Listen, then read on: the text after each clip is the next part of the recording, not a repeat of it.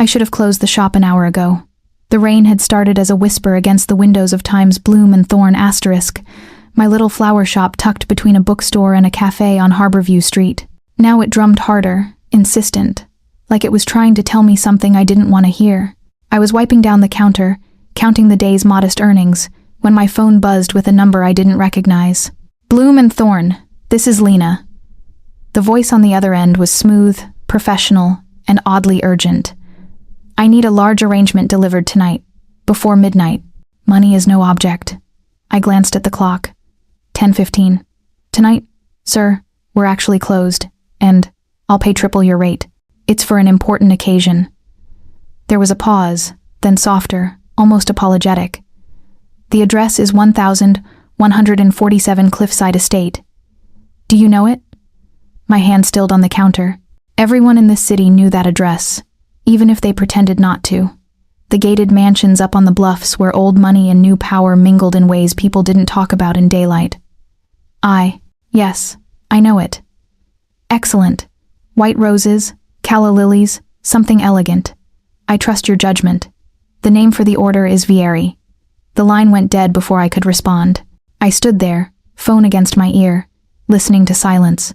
Behind me, Mia, my assistant, and the closest thing I had to family in this city emerged from the back room, her arms full of ribbon spools. Please tell me you didn't just accept a midnight delivery. She saw my face. Lena, you did. Triple rate, Mia. That's 3 months of late rent I can finally catch up on. She set down the ribbons with more force than necessary. The Vieri name doesn't scare you? Should it? Her look said everything. Mia had grown up in this city, knew its shadows better than I did. I'd only moved here 3 years ago, running from a life that felt too small, too predetermined. I'd wanted something of my own. This shop, with its buckets of peonies and walls that smelled of eucalyptus and earth, was supposed to be my fresh start. Just be careful, she finally said. People who pay triple for midnight flowers aren't usually the ones who say please and thank you. But I was already pulling out the white roses, my hands moving through the familiar motions of creation. Stems, wire, ribbon. Something elegant, he'd said. Something that spoke of beginnings, even if I sensed this particular beginning might be borrowed, temporary, wrapped in obligation rather than joy. An hour later, the arrangement sat beside me in my aging Honda, buckled into the passenger seat like a fragile passenger. The roads were slick and empty. Most of the city had the good sense to be inside, warm and dry. Only fools and people with no choice drove through storms like this. I wasn't sure which category I fell into. The GPS led me away from the familiar grid of downtown, up winding roads where the streetlights thinned and disappeared. The ocean roared somewhere to my left, invisible but felt, a dark presence beyond the cliffs. My headlights carved weak tunnels through the rain, and more than once I thought I saw another car's lights behind me, matching my speed, my turns. But when I looked in the rearview mirror, there was only darkness. The thought crept in unwanted. Asterisk. You shouldn't be here. Asterisk. Then my car shuddered. Once. Twice. The engine light flared red on the dashboard, and my heart dropped as the Honda coasted, powerless, to the shoulder of the road. I tried the ignition. Nothing but a sick clicking sound. No, no, no, no. I hit the steering wheel. Immediately regretted it. Pain shot through my palm. The rain intensified, as if mocking me. I pulled out my phone. No signal. Of course, the cliffs were notorious dead zones. I sat there, breathing too fast, trying to decide between waiting in the car or making a run for what?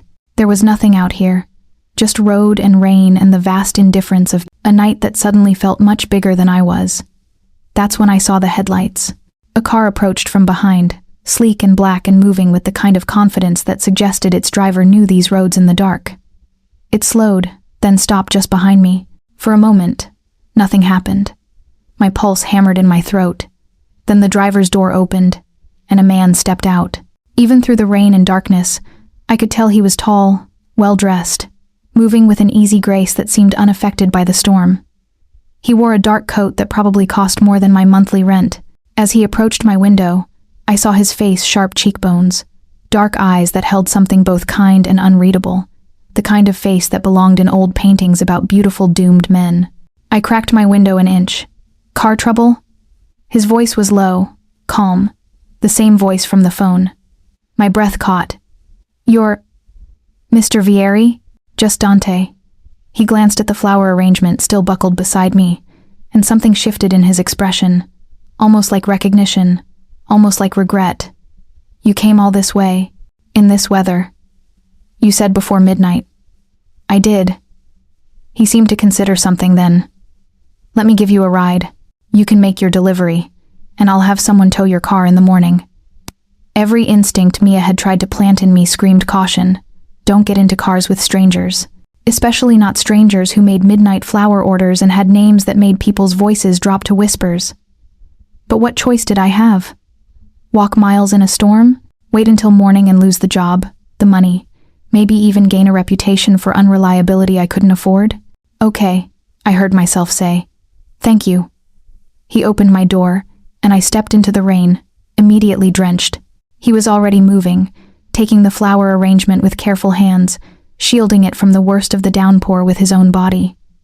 I grabbed my purse and followed him to his car, a black sedan that purred with expensive machinery. The interior was warm, leather, smelling of cedar and something else, something that made me think of libraries and secrets and old money. He set the flowers gently in the back, then slid into the driver's seat beside me.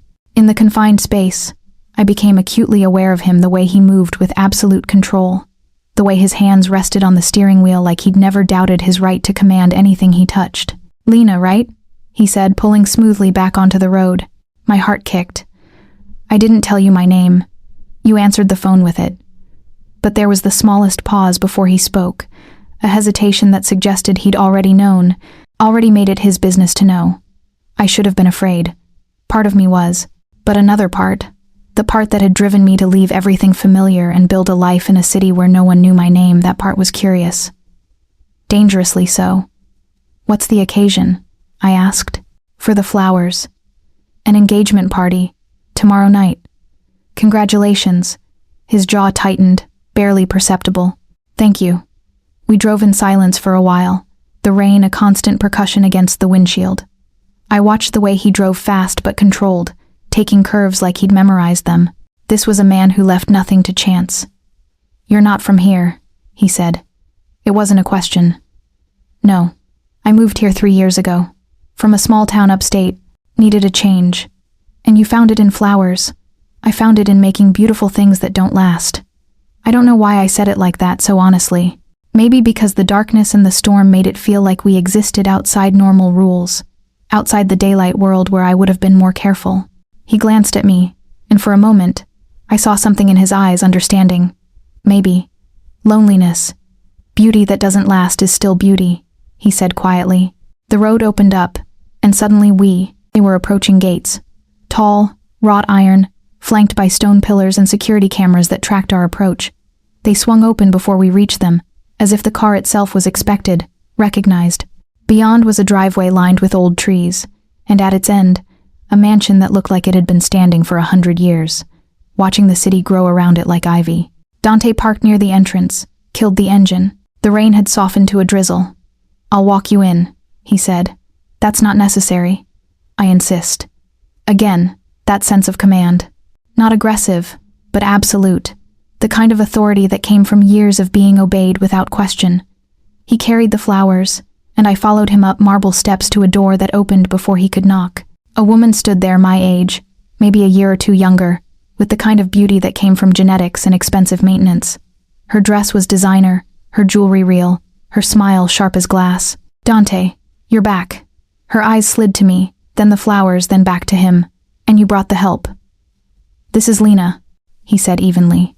"She's made the delivery despite difficult circumstances. Lena, this is Alessia, the fiancé." Of course, I could see it now, the way she stood in the doorway like she owned it, the possessive edge in how she watched him. "They're beautiful," Alessia said, taking the arrangement from Dante without looking at it. Though I did specify cream roses, not white. "White roses are traditional for engagements," I said before I could stop myself. "They symbolize new beginnings. Cream would be more appropriate for an anniversary." Her smile went cold. "How? Educational." Dante's hand touched my elbow, gentle but firm. "A warning, maybe. Or protection." "I should go," I said quickly. "Actually, Alessia purred. Since you're here, why don't you stay? We're short a decorator for the dining hall, and you seem to have opinions about symbolism. Her eyes glittered with something cruel. I insist. Before I could refuse, Dante's voice cut through, soft but immovable. She's done enough. It's late. Alessia's expression flickered surprise, then irritation. Of course. How thoughtful of you. She stepped back into the house. I'll see you inside, darling, don't be long. The door closed, leaving us on the steps. The silence felt loaded. I'm sorry, I said. I shouldn't have corrected her. You were right. About the flowers. He looked at me, and I had the strangest sense he was memorizing my face. Thank you for coming all this way. It's my job. Still, not many people would. He reached into his coat, pulled out an envelope. For your trouble, and the tow truck will be at your car by 7 a.m. The envelope was thick, too thick. When I opened it later, I'd find 3 times what we'd agreed on, plus extra. Mr. Vieri, Dante, this is too much. No, his voice dropped. It's not enough. Before I could ask what he meant, he was walking back toward the house. I stood there, rain damp and confused, watching him disappear through the door where his beautiful, cruel fiancée waited. As I turned to walk back down the driveway I'd call a cab from the gate, I heard voices through an open window. Servants, speaking in quick, hushed tones. Can't believe he's actually going through with it. He has to. It's the only way to keep peace between the families. Heard Vieri's father made the arrangement before he died, so now Dante's bound.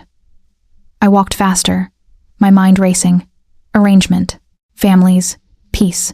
The words that had been whispers in my shop, warnings from Mia, suddenly took shape. Dante Vieri wasn't just wealthy, he was times Vieri. The family that controlled half the city's port trade, that made politicians nervous, that operated in shadows and sealed agreements with more than handshakes. He was mafia, and I'd just gotten into his car. I was halfway down the drive when his voice called out behind me. Lena, wait. I turned. He was jogging toward me, no coat now, getting wet again. Let me drive you home properly, please. I can call a cab. It's 3 a.m. There are no cabs out here. He stopped a few feet away, and in the dim light from the mansion, I saw his face clearly. There was something in it, earnestness, maybe, or guilt. I brought you into this. Let me at least see you home safely. Later, I would wonder why I agreed. Why I followed him back to that black car. Why I let him drive me through the empty pre-dawn streets back to my neighborhood, where the buildings were shorter and the paint was chipped, and flowers grew in window boxes instead of professionally landscaped gardens. We didn't talk much during that drive, but when he pulled up outside my apartment building, he turned to me. The wedding is in 2 weeks, he said. I'd like to commission you for all the floral arrangements. Not just the ceremony, but the reception, the rehearsal dinner, everything.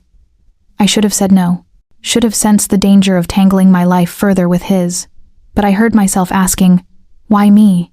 Because you understand what flowers mean, and because, he paused, seeming to search for words, because when I'm around you, I remember what it's like to be just a person, not a name, not an obligation.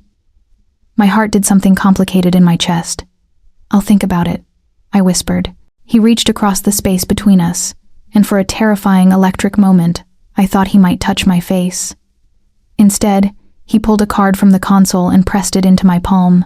In case you ever need anything at all. Then I was outside, watching his taillights disappear into the gray dawn, holding a business card with a phone number and nothing else. No name, no title. Just a number, like a promise or a threat. I climbed the stairs to my apartment, let myself in, and stood in the shower until the water ran, cold, trying to wash away the feeling that my life had just turned a corner I couldn't see around. The next morning, Mia took one look at me and made coffee without asking. That bad? That complicated, I corrected. I told her everything, the car trouble, the mansion, Alessia, the overheard conversations. When I finished, she was quiet for a long time. You're going to take the job, aren't you? I don't know. Should I? Financially? Yes. It's probably a year's worth of income. Personally? She shook her head. Men like that, Lena, they don't just invite people into their world. They pull them in. And once you're in, Getting out isn't always an option. But I was already imagining it, the challenge of designing something beautiful for a wedding I suspected would be anything but joyful. The chance to see him again, to understand the sadness I'd glimpsed beneath his control. 3 days later, Dante walked into my shop. It was mid-afternoon, the kind of slow Tuesday where I'd been repotting orchids in the back. The bell chimed, and when I emerged, wiping soil from my hands, there he was. In daylight, he was somehow more and less than I remembered. More beautiful, those dark eyes, that precise way he moved. Less intimidating, maybe. Or maybe I was just getting used to the particular gravity he carried. I was in the neighborhood, he said, which was obviously a lie. This neighborhood was nobody's neighborhood, unless they lived or worked here. Mr. Vieri. I thought we agreed on Dante. Dante. His name felt strange in my mouth. Intimate. He walked slowly through the shop, touching petals here and there with careful fingers. You have a gift. Everything in here feels alive. Intentional. Flowers are easy to love. They're honest. They bloom. They fade. They don't pretend to be anything except what they are. Unlike people. Unlike people. I agreed. He stopped in front of the orchids I'd been working, with pale purple phalaenopsis that would bloom for months if cared for properly. These are your favorite, he said, not a question.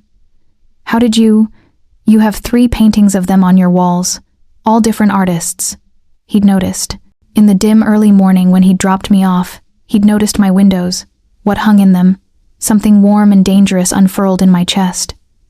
Have you thought about my offer? He asked. The wedding flowers. Yes. And? I should have been smart, should have protected myself. But when I looked at him, I saw that lonely thing again, that sense of a man trapped in a life he hadn't entirely chosen, and I knew I was already lost. I'll do it. On one condition, his eyebrows lifted, which is, you tell me the truth, about why you really want me for this job, because I don't think it's just about the flowers. For a long moment, he was silent. Then, you're right, it's not. He moved closer, and I could smell his cologne, cedar, bergamot, something darker underneath. My marriage isn't a love match. It's politics. 2 families with a long history of bloodshed agreeing to peace. Alessia and I are the contract, the seal.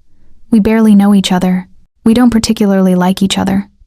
His voice went softer, but when I saw you that night, in your car with those flowers you'd made with your own hands, driving through a storm for a stranger's wedding, I thought, that's what this should feel like. That kind of dedication, that kind of courage. I'm not courageous. I just needed the money. You're lying to yourself. His eyes held mine. You could have waited until morning, could have called, canceled, protected yourself, but you didn't, because you finish what you start no matter the cost. That's brave. No one had ever seen me like that before. It made me feel transparent and powerful all at once. So, you want me to design your wedding flowers because... What? I remind you of what you wish you had? I want you to design them because when this is over, when I'm standing at an altar promising my life to someone I don't love, I want to at least be surrounded by something real, something honest. The words landed between us like a confession. That's the saddest thing I've ever heard, I whispered. Yes. He stepped back, and the moment broke. So, do we have an agreement? I nodded, not trusting my voice. He pulled out his phone, tapped something, and mine buzzed. A deposit. A large one. For supplies. We'll meet next week to discuss details. And Lena? He paused at the door. Thank you. Then he was gone, and I was standing in my shop full of honest flowers, wondering what I'd just agreed to. That night, as I locked up, I noticed the car parked across the street, black sedan, tinted windows. It had been there when I arrived that morning too. A chill ran through me. The next few days passed in strange calm. I worked on preliminary sketches for the wedding, researched the mansion's architecture to plan arrangements that would complement rather than compete with the space. Mia watched me with worried eyes but said nothing. Then, on Friday evening, as I was closing up, 2 men walked into the shop. They wore suits that didn't quite fit right, and they smiled too much. Everything about them was wrong, the way they touched things without permission, the way they looked at me like I was something they were evaluating. Pretty place, one of them said. Must be hard keeping a small business afloat. All that overhead, all that risk. Can I help you with something? My voice came out steadier than I felt. We're here about the boss's fiancé's flowers. Heard you're doing the arrangements. The way he said boss made it clear who he meant. That's right. Interesting. Usually the family uses Belisario's. They've done our events for years, but Dante insisted on you. He picked up a vase, examined it. Makes people curious. Makes people wonder why. I don't know what you... The door chimed. Dante walked in, and the change in atmosphere was instant. The two men straightened, their false smiles vanishing. Gentlemen. His voice was ice. I don't recall asking you to visit Miss Rossi. We were just leaving. Immediately. They left without another word, stumbling over each other in their haste. Through the window, I watched them get into a car and drive away too fast. Dante turned to me. Are you all right? Who were they? No one you need to worry about. Dante, who were they? He was quiet for a moment. Then, associates of my uncle. He handles security for family events. He's territorial, doesn't like when traditions are broken. And hiring me broke tradition. Yes. I sat down heavily on the stool behind the counter. This is what your world looks like, isn't it? People who smile while threatening you. People who make you wonder if your shop might burn down if you make the wrong choice. He didn't deny it. Instead, he came around the counter and crouched in front of me so we were eye level. I won't let anyone hurt you. You're under my protection now. That means something. Protection. The word tasted bitter. Is that what you call a cage? No, it's what I call keeping you alive. His hand covered mine where it rested on my knee, warm and solid. I'm sorry. I shouldn't have involved you. I was selfish. You're right. You were. But I didn't pull my hand away. What happens now? Now I make it clear that you're not to be touched, that anyone who threatens you threatens me. And if they don't listen? Something dangerous flickered in his eyes. They'll listen. He stood, but paused at the door. Don't stay late. Don't walk alone. If you see anyone suspicious, you call me. Immediately. Is this really what you want? For your life, I mean. All this. Violence and control and fear? His smile was sad. What I want stopped mattering a long time ago. After he left, I found the card he'd given me the why. First night and programmed the number into my phone. Just in case, I told myself. Just for emergencies. But I kept the card too. Slipped it into my wallet where I'd see it every day. A reminder of the beautiful, dangerous man who'd driven me home through a storm and somehow made me feel safer and more terrified than I'd ever been. That night, I dreamed of white roses and black cars and dark eyes that saw too much. The following Tuesday, I was supposed to meet Dante at a cafe downtown to finalize the floral plans. It was neutral territory public, safe, the kind of place where business happened over lattes and spreadsheets. I arrived early, ordered chamomile tea I didn't drink, and tried to ignore the nervous flutter in my stomach. He arrived exactly on time, and I noticed the way people noticed him. The subtle double takes, the whispers, the way the barista's hand trembled slightly as she took his order. This was a man whose reputation preceded him, whose name carried weight even among people who'd never met him. But when he sat across from me, he was just Dante. Tired, maybe. A little guarded. You look exhausted, I said before I could filter myself. Wedding planning.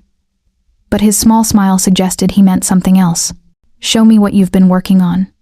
I spread out my sketches, cascading arrangements for the altar, low centerpieces that would allow conversation across tables, a floral arch for photographs. I'd chosen whites and creams and the palest blush, classic and elegant and just slightly melancholy. These are perfect, he said quietly. Exactly right. They're sad flowers, Dante. That's what you want for your wedding? Sad flowers? I want honest flowers. You said it yourself, they don't pretend to be anything except what they are. We sat there for a long moment, the truth of his situation heavy between us. Why are you going through with it? I finally asked. If you don't want this, why not just walk away? Because walking away means war. My family and Alessia's have been rivals for 3 generations. This marriage is the peace treaty. If I refuse, if I break the agreement my father made before he died, people will die. Not just men in suits who chose this life, but innocents caught in crossfire. Shopkeepers, drivers, People who just want to live their lives. Like me, I realized. People like me. So you're sacrificing yourself. I'm doing what my position requires. That's the same thing. He reached across the table and did what he'd almost done the first night touched. My face. Just his fingertips, feather light against my cheek. The gesture was so intimate, so filled with longing, that I forgot how to breathe. If things were different, he whispered. If I were different. A phone buzzed. His. He pulled back, checked the screen, and his expression went cold. I have to go. Business. Dante. But he was already standing, leaving money on the table, preparing to disappear back into whatever shadowed world he inhabited when he wasn't sitting across from me in sunlit cafes. Same time next week? He asked. To review the final plans? I nodded, not trusting my voice. As I watched him leave, I realized I was in trouble. Not the kind his associates threatened, but the kind that had no protection, no solution. I was falling for a man who belonged to someone else. A man whose world was built on violence and loyalty and codes I didn't understand. A man who, in 2 weeks, would marry another woman while standing among my flowers. I gathered my sketches with shaking hands and tried to remember why I'd thought this was a good idea. The week that followed felt both too long and too short. I threw myself into work, sourcing the perfect roses, testing combinations, making sure every detail would be flawless, because if I couldn't give Dante what he wanted, freedom, choice, love, I could at least give him beauty. Mia watched me work with increasing concern. You're not just designing a wedding anymore, she said on Friday afternoon. You're trying to fix something that isn't yours to fix. She was right, but I couldn't stop. That evening, as I was locking up, I found an envelope slipped under the door. Inside was a black credit card with my name embossed on it and a short note in elegant handwriting. Asterisk, for anything you need. No questions asked, no repayment necessary. Times I should have returned it, should have maintained some boundary between his world and mine. Instead, I put it in my wallet next to his card and told myself it was just practical, just business. I was lying to myself, and I knew it. The following Tuesday, our meeting time came and went. Dante didn't show.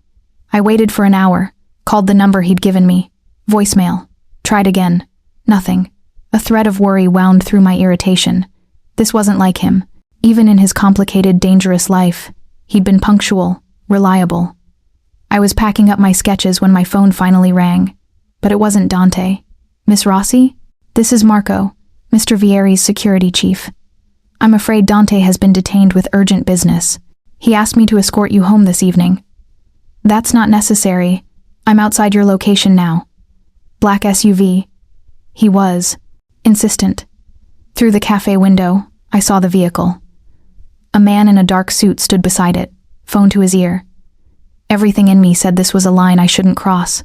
The moment I accepted this kind of protection, this kind of involvement, I would be admitting I was part of his world. But I thought of the 2 men who'd come to my shop, of the car that sometimes followed me, and of the way people looked at me now with a mixture of curiosity and calculation when they learned I was designing the Vieri wedding. I was already part of his world. I just hadn't admitted it yet. I'll be right out, I said. Marco was professional, quiet, opening doors and keeping a respectful distance. But as we drove, through the city, I noticed the way his eyes constantly scanned mirrors, the way he took turns that seemed random but probably weren't. Is Dante in danger? I asked quietly. Mr. Vieri is always in some degree of danger, ma'am. It comes with his position. That's not an answer. Marco's eyes met mine in the rearview mirror. He would want me to tell you not to worry, that everything is under control. But you don't think it is. He was silent for a long moment. I think my boss cares about you more than is wise. And in our world, caring about someone is the same as painting a target on them. The words settled cold in my stomach. When we reached my building, Marco got out first, scanned the street, then opened my door. He asked me to give you this. He handed me a small box. Inside was a keychain, a tiny metal orchid, delicate and perfect. He said to tell you he's sorry for missing your meeting, and that he'll see you soon. I clutched the orchid in my palm and watched Marco drive away, wondering what kind of business kept a man like Dante from something he'd promised to attend. The answer came 2 hours later, in the form of gunfire. I was walking to the corner market for milk just 2 blocks, fully lit streets, nothing that should have been dangerous. But as I passed the alley between my building and the next, I heard voices. Angry, rapid Italian that I couldn't quite follow. Then I saw them, 3 men surrounding a fourth, and the fourth was Dante. He was backed against the brick wall, his face bloodied but his stance calm, controlled. One of the men held a gun. Later, I would wonder what possessed me, what insane instinct overrode my survival impulse and sent me into that alley with nothing but my keys and a voice I made as loud as possible. Hey, someone's calling the cops. It was a bluff, but it worked. The men turned, startled. In that half-second of distraction, Dante moved. What happened next was fast and brutal. He disarmed. The first man, used his momentum against him, sent him crashing into the second. The third raised his gun, and I did the only thing I could think of, grabbed the metal trash can lid beside me and threw it. It hit the gunman's shoulder just as he fired. The shot went wide, sparking off brick, and then Dante was on him. I'd never seen real violence before. Not like this, the kind that was efficient and terrible and over in seconds. When the third man fell, unconscious or dead, I couldn't tell. Dante straightened, breathing hard. His eyes found mine across the alley, and in them I saw shock, fury, and something that looked like grief. Lena, his voice was raw. What the hell were you thinking? I was thinking you were about to die. Sirens wailed in the distance. Someone had actually called the police. Dante grabbed my hand, and we ran. We didn't stop until we were 6 blocks away, in a different neighborhood, bent over and gasping in a darkened doorway. My heart was trying to beat its way out of my chest. You saved my life, he said between breaths. You're welcome. My voice shook. Who were they? People who think I'm a problem. People who don't want the wedding to happen. Why? Because if I marry Alessia, the alliance is sealed. But if I die before the wedding, the agreement falls apart. My uncle could take control, start the war again. Some people find that outcome preferable. I stared at him. At the blood on his face, the torn jacket, the way he kept himself between me and the open street. This is your life, I whispered. Alleys and bullets and people who want you dead. Yes. And you brought me into it. Yes. He touched my face again, both hands this time, cradling it like I was something precious and breakable. And I'm sorry. I'm so goddamn sorry, Lena. But right now I'm also grateful you're reckless enough to throw garbage at men with guns. Despite everything, I laughed. A high, slightly hysterical sound. We should get you to a hospital. No hospitals. They ask too many questions. He pulled out his phone, made a quick call in Italian, then to me. Marco's coming. He'll take you somewhere safe. What about you? I need to clean this up. Make sure those men understand there are consequences for coming after me. His eyes were dark, feral. This was the part of him I'd only glimpsed before the part that survived in a world of wolves by being the biggest wolf of all. Dante, you're not going to kill them? No, they've already been dealt with. But their bosses need to understand that I'm not to be touched, and neither are the people I care about. The words hung in the air between us. Asterisk people I care about. Asterisk Marco's SUV pulled up. Dante opened the door, helped me in, then spoke to Marco in rapid Italian. The only word I caught was my name. As we pulled away, I looked back. Dante stood in that doorway, bloodied and dangerous, watching me leave. And I knew, with absolute certainty, that everything had just changed. Marco drove me to a place I didn't recognize, a high-rise building with security and a private elevator that required a key card. The apartment he brought me to was immaculate, impersonal, the kind of place that existed only for emergencies. You'll be safe here tonight, Marco said. Don't answer the door for anyone except me or Dante. For how long? Until he decides it's secure for you to return to your normal life. Asterisk. Normal life. Asterisk. The words felt like a joke. After Marco left, I stood in the enormous living room with its view of the city lights and tried to process what had just happened. I'd witnessed violence. I'd participated in it. I'd saved Dante's life, and in doing so, I'd crossed a line I couldn't uncross. My phone buzzed, a text from an unknown number. Asterisk. Thank you. I owe you everything. Stay where you are. I'll come to you soon. D-times, I held the phone to my chest and felt tears finally break through. Not from fear, though I was afraid, but from the weight of understanding finally, What Mia had tried to warn me about. Men like Dante didn't just pull you into their world. They made you complicit. They made you part of the machinery of violence and protection, and before you realized it, you were making choices you'd never thought yourself capable of. I should have been horrified, should have been calling the police, extracting myself, running. Instead, I curled up on the unfamiliar couch and waited for him to come back to me. He arrived near dawn, moving quietly, probably thinking I was asleep. But I'd been awake all night, watching the door. When I emerged from the bedroom, he stopped. He'd showered somewhere, changed clothes, but I could still see the shadow of a bruise forming on his jaw. "Hi," I said, because what else was there to say? "Hi." He looked at me like he was trying to memorize every detail. "You should be asleep. So should you." We stood there in the gray light, two people who'd saved each other in an alley, and now didn't know how to navigate the aftermath. "I need you to understand something," Dante said finally. "What you saw tonight, that's not the exception. That's my life.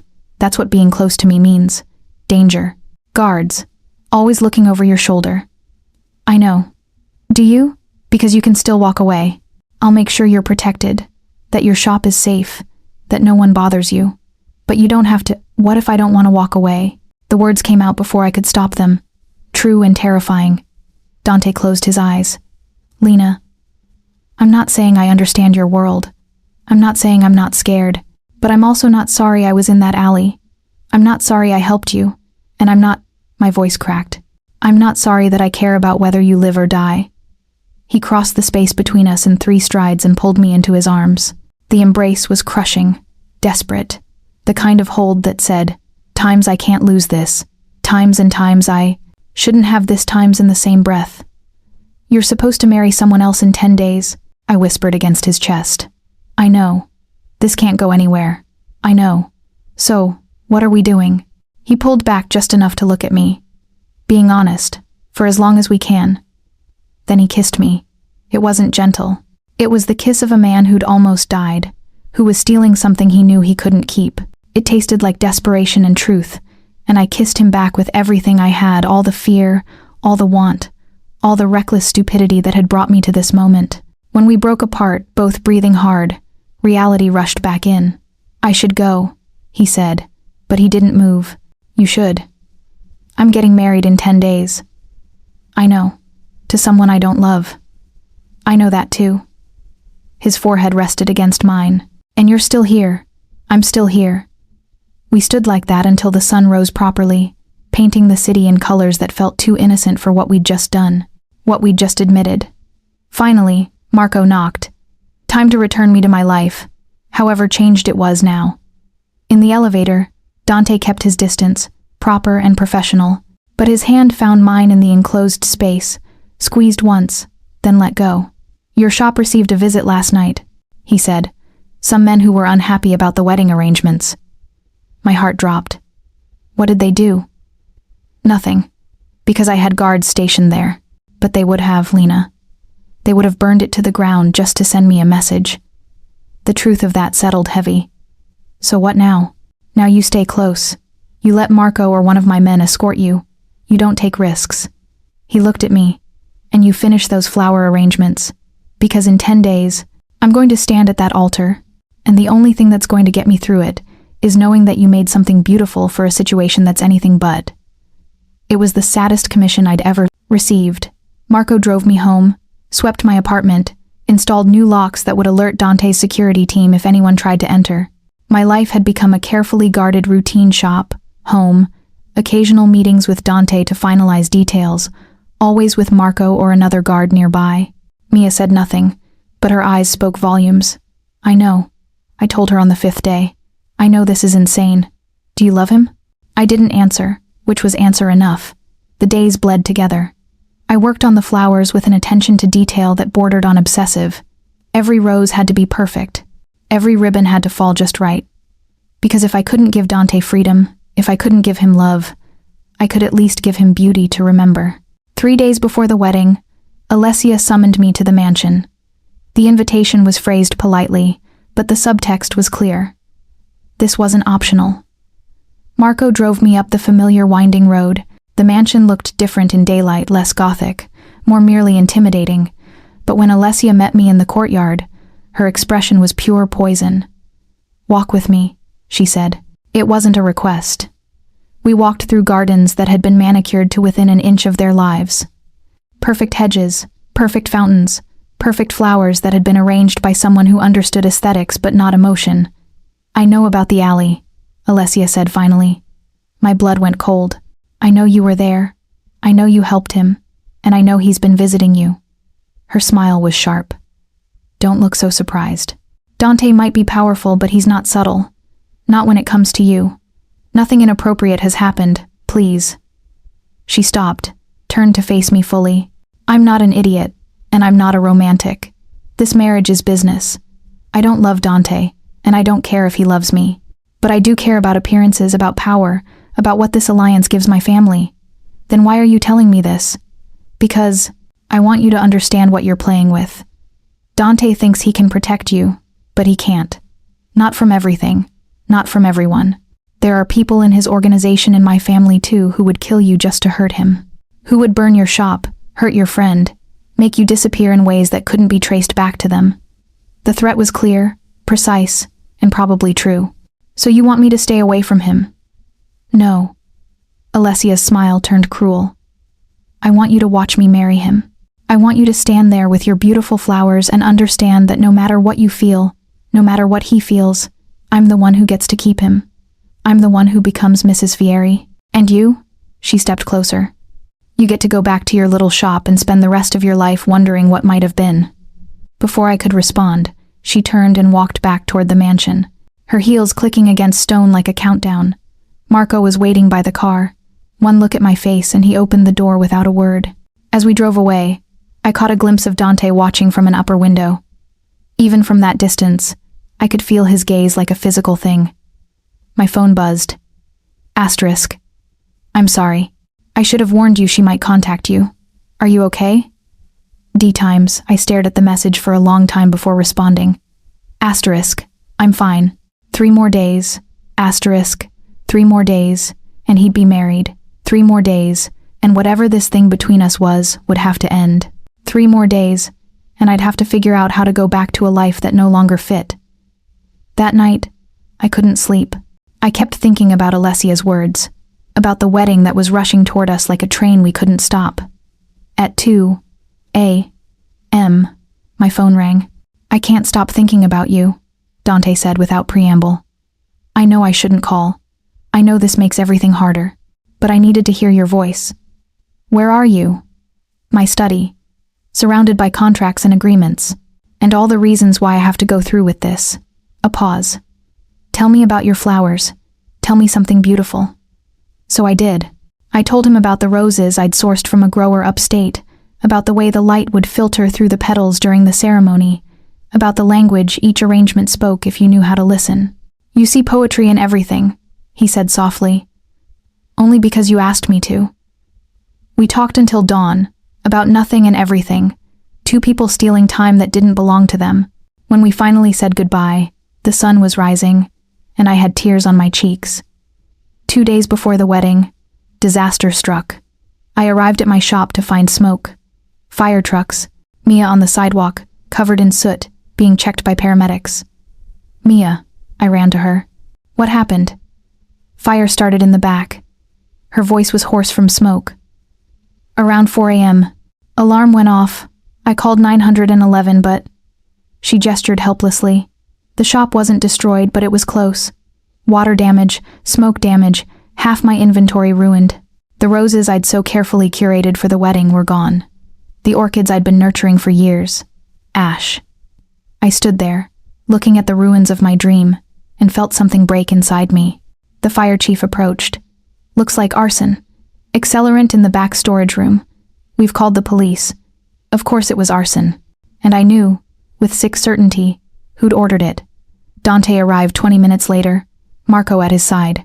He took one look at the damage and went very still. "Who did this?" His voice was quiet, which somehow made it more terrifying. "Does it matter?" I was so tired. So done. "This is what you warned me about. This is what being connected to you costs." "Lena, they left a message." The fire chief handed me a piece of paper that had been pinned to the door. protected from the flames. Found this. 4 words. Asterisk. Back away or burn. Asterisk. Dante read it, and his expression went dark. Pack a bag, he said. What? You're coming with me. To the mansion. You'll stay there until the wedding is over and I can neutralize whoever did this. I'm not going to hide in your house while my life falls apart. Your life will fall apart a lot faster if you're dead. He gripped my shoulders, forced me to look at him. Please, Lena, let me protect you. It's the only thing I can do. I looked at Mia, who nodded, at the ruins of my shop, at Dante's face, which showed every ounce of guilt and fury he was feeling. Fine, I whispered, but only until the wedding. Only until the wedding, he agreed. Marco drove us to the mansion. The gates closed behind us with a finality that felt like a cell door locking. The room they gave me was beautiful, all soft colors and expensive furniture, and a view of the ocean, but it was still a cage. Dante appeared that evening, bringing Chinese takeout like it was a normal date instead of a surreal imprisonment. I'm handling it, he said as we ate in awkward silence. The people responsible will face consequences. How many more people have to face consequences before this stops? I set down my chopsticks. How many more years of violence and retaliation and revenge? I don't know. That's not good enough. It's all I have. He looked at me across the coffee table. Do you think I enjoy this? Living every day knowing that caring about someone makes them a target? Knowing that my father's choices and his father's choices dictate my entire future? Then make different choices. It's not that simple. It never is. But maybe that's the problem. Maybe everyone in your world keeps saying, it's complicated and it's tradition and it's necessary because it's easier than admitting you could all just stop. Silence fell between us, heavy with things we couldn't say. I wish I'd met you in another life, Dante said finally. One where I was just a man who could take you to dinner without worrying about who was watching. Where the biggest decision I had to make was whether to kiss you goodnight on a first date. We can pretend, I whispered. Just for tonight. So we did. We sat in that expensive room and talked about nothing important, favorite books and childhood pets and places we'd never been but wanted to visit. We pretended we were just 2 people falling in love instead of 2 people caught in an impossible situation.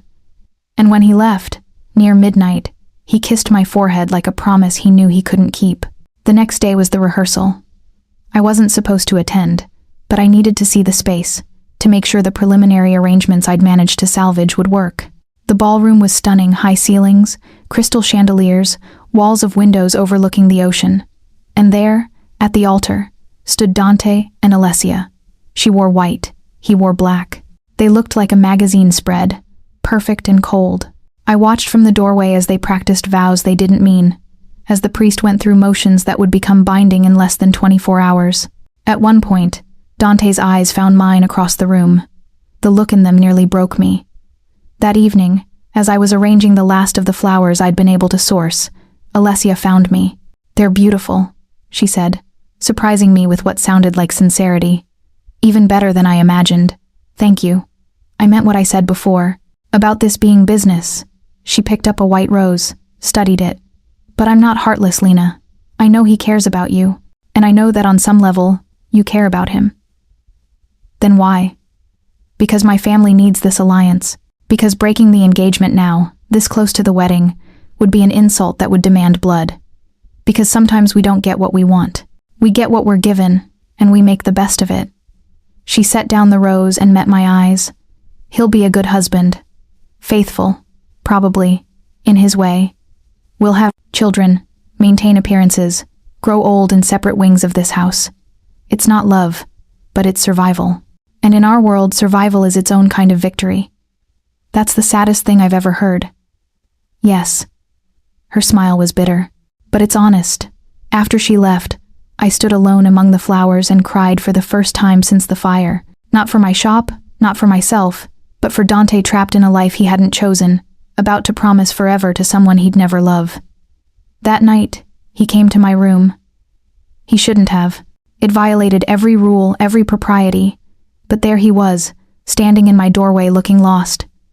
I can't do this, he said. You have to. I know, but that doesn't make it possible. He stepped inside, closed the door.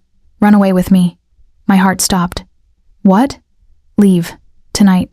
We'll take my car, drive until we hit a border, start over somewhere they can't find us. Dante, I know it's insane. I know it means war, means people will die, means throwing away everything my family built. But looking at those flowers today, knowing that tomorrow I'll stand there and promise my life to someone else while you watch. His voice cracked. I can't. I physically cannot do it. I wanted to say yes. Every cell in my body screamed yes. But I thought of Mia, of my shop, of the innocent people who would die in the war that would follow. I thought of the shopkeepers and drivers and ordinary people just trying to live. People like me. You can, I whispered. Because you're stronger than you think. And because you're a good man who won't let innocent people suffer just because you want something you can't have. I don't want to be that man. I want to be selfish. Just once. If you were selfish, you wouldn't be here agonizing over this. You'd have already left. I touched his face, memorizing it. Go. Get married. Keep the peace.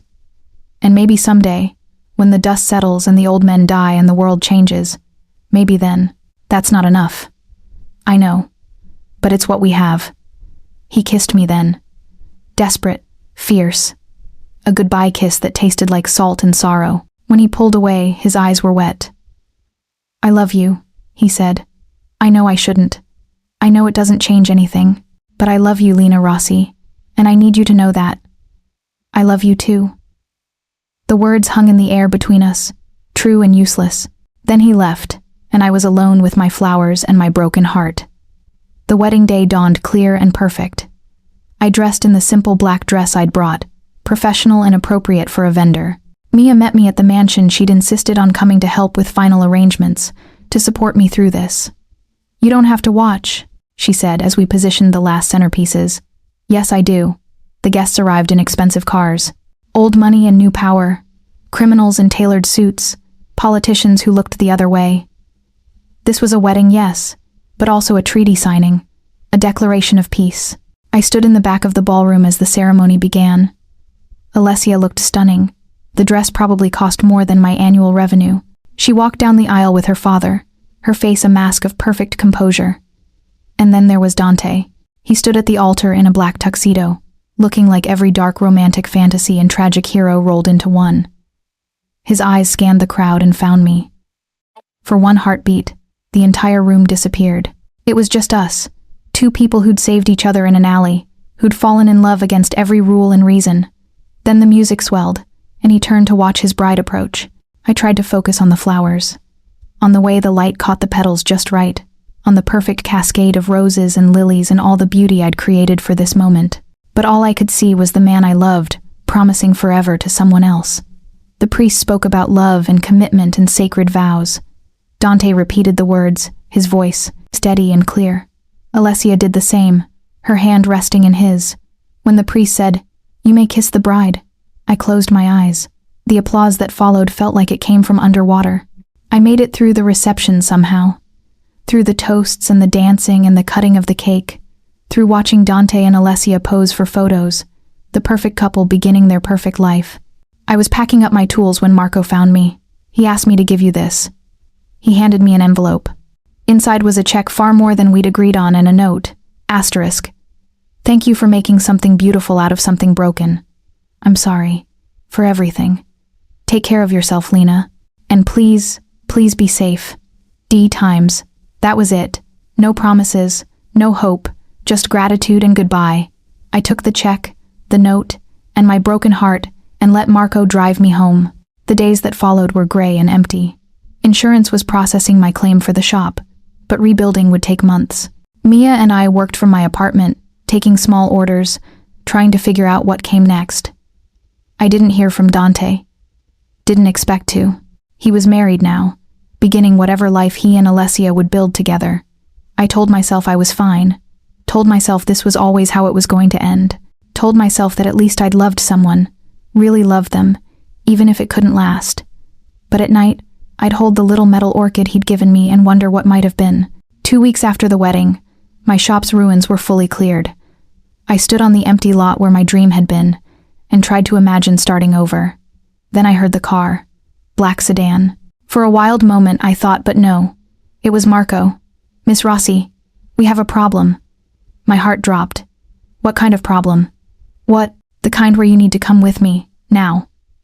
He wouldn't explain further, just hustled me into the car and drove toward the docks, a part of the city I'd never been to, where warehouses and shipping containers created a maze of shadows. We pulled up to a building that looked abandoned, but inside, I found Dante. He was tied to a chair, bloodied, surrounded by armed men I didn't recognize, and standing over him was someone I did recognize, Marco.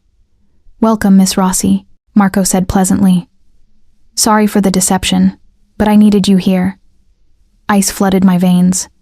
"What is this?" "This is a changing of the guard. You see, Dante's marriage to Alessia might have brought peace between the families, but it also made him vulnerable, distracted, weak." Marco circled Dante like a predator. "His uncle and I have come to an agreement. Dante dies tonight. I become interim head of the Vieri organization, and we return to the old ways, profitable ways." "You're insane," I breathed. "They'll kill you for this. Will they? Or will they thank me for removing a boss who'd gone soft, who was willing to sacrifice everything for a florist?" His smile was cruel. "That's why you're here, actually. So he can watch you die first. So his last thought is knowing that his weakness got you killed." Dante's eyes met mine. Even beaten, even facing death, he was trying to signal something. His gaze flicked to the side, to a door I hadn't noticed, then back to me. He wanted me to run, but I'd saved him once in an alley. I'd thrown a garbage can at a man with a gun, and I'd be damned if I'd abandon him now. "If you're going to kill us," I said, keeping my voice steady, "at least tell me one thing. The fire at my shop. Was that you?" Marco laughed. "Please, that was Alessia's family, trying to warn you off. I had nothing to do with it, though I appreciate the chaos it created. So you're not just a traitor. You're an incompetent traitor who's taking credit for other people's work." His expression darkened. "Careful. Why? You're going to kill me anyway. Might as well die honest." I took a step forward, drawing his attention from Dante. "You want to know what I think? I think you're scared. Scared that Dante's way might actually work. Scared that peace might be more profitable than war. Scared that you're obsolete," I said, careful. "Or what? You'll shoot me?" I laughed, high and wild. "You need me alive to hurt him. You said so yourself, which means I can say whatever I want." While I talked, Dante was working at his bonds. I could see the rope moving, his hands shifting. "Just a little longer." "You're brave," Marco said. "Stupid, but brave. I can see what he saw in you." "Can you?" "Because I don't think you see anything except your own ambition." Marco raised his gun, pointed it at my head. "Last words, Miss Rossi?" The world slowed. I saw Dante's ropes fall away, saw him move, saw the impossible math of distance and time and chance. "Yes," I said. "Duck." I threw myself sideways as Dante launched from the chair. The gun went off, loud in the enclosed space, but I was already rolling, already scrambling toward the door he'd indicated. Behind me, chaos, gunfire, shouting. I burst through the door into a warehouse full of shipping containers and ran without direction, just away. Footsteps behind me, heavy, fast. I ducked behind a container, tried to control my breathing, tried to think. More gunshots, distant. Then silence. "Lena?" Dante's voice. "Lena, where are you?" I stayed hidden. It could be a trick. "Please, he's dead. Marco's dead. It's over." I peeked around the container. Dante stood in the center of the warehouse, gun in hand, looking wild and desperate and alive. I ran to him. He caught me, held me so tight I couldn't breathe. But I didn't care. We were alive. Against all odds, impossibly, we were alive. "How did you know?" he gasped. "About Marco?"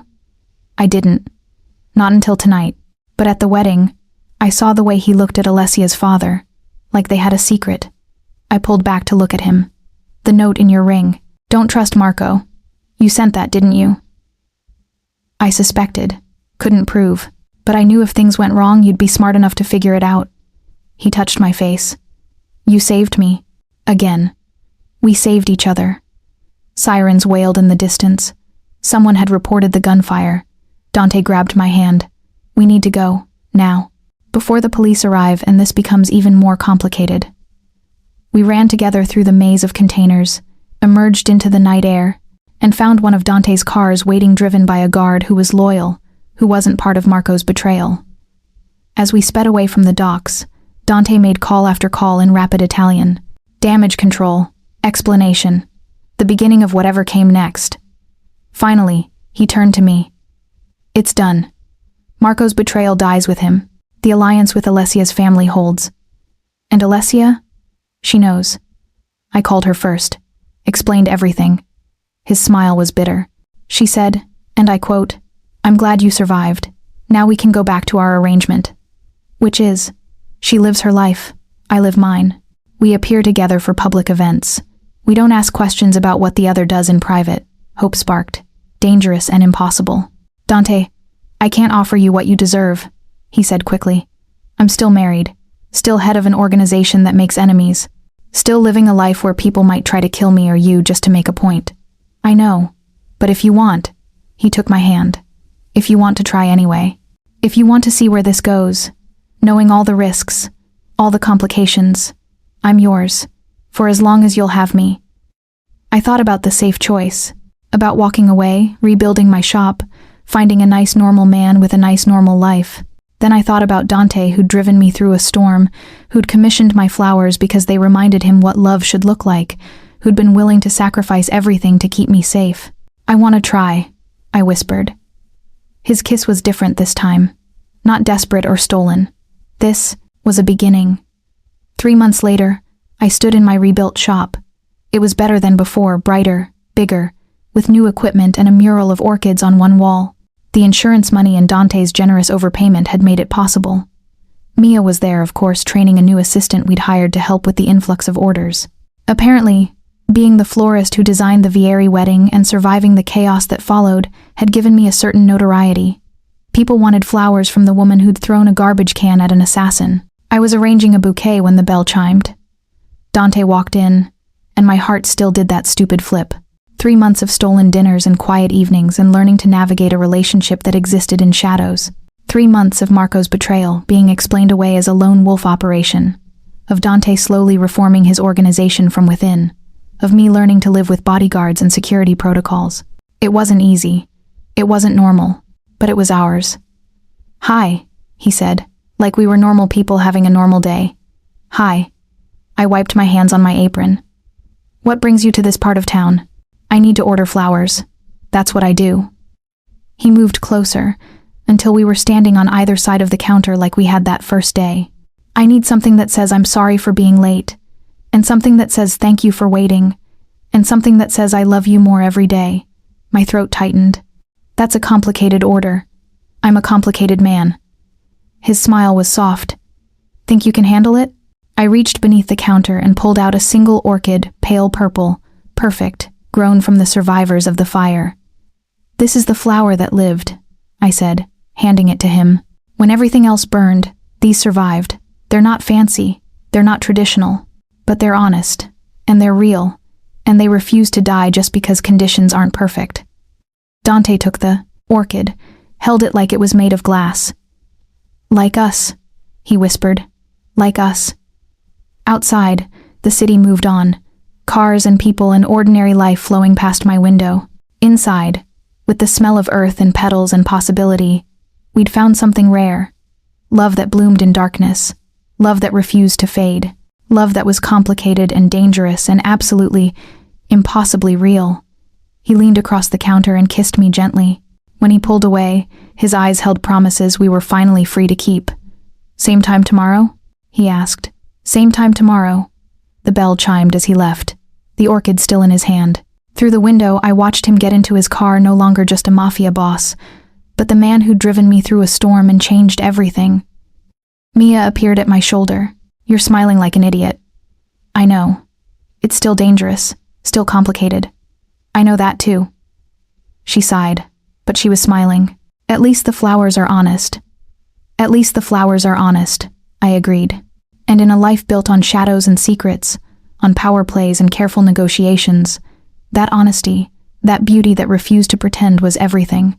I turned back to my work, to the buckets of roses and lilies waiting to be transformed, and knew that I was exactly where I was supposed to be, loving a man I shouldn't, building beauty in impossible places, and blooming, despite everything, in the darkness.